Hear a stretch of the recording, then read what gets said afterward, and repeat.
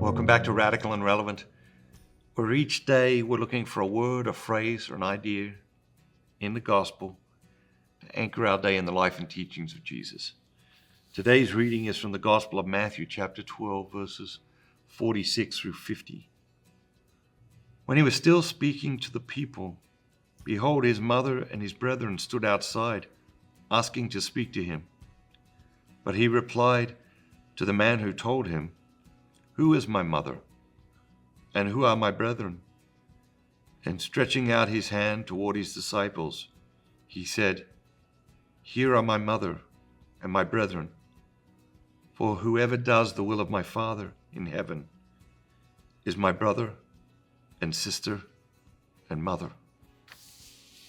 What jumps out at you today?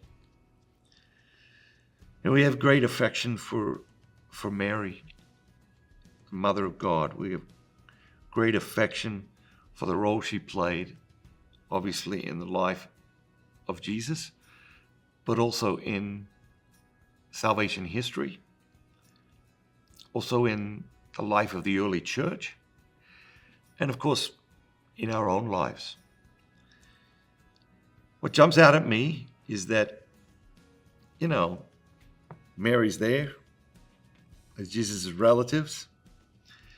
And, we could see this as Jesus being disrespectful to Mary or to his relatives, that sort of thing.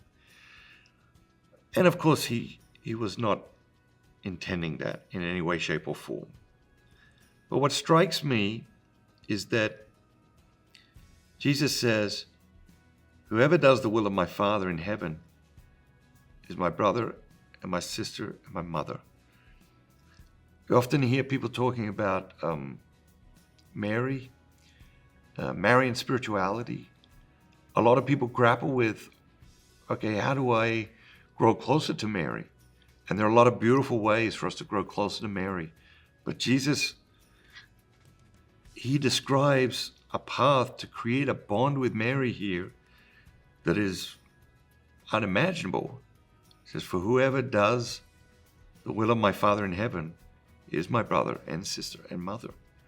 And so we unite ourselves to Mary by doing the will of the Father. And so you see through all these readings, we've been reading this past couple of weeks in the Gospel of Matthew through chapter 11 and 12.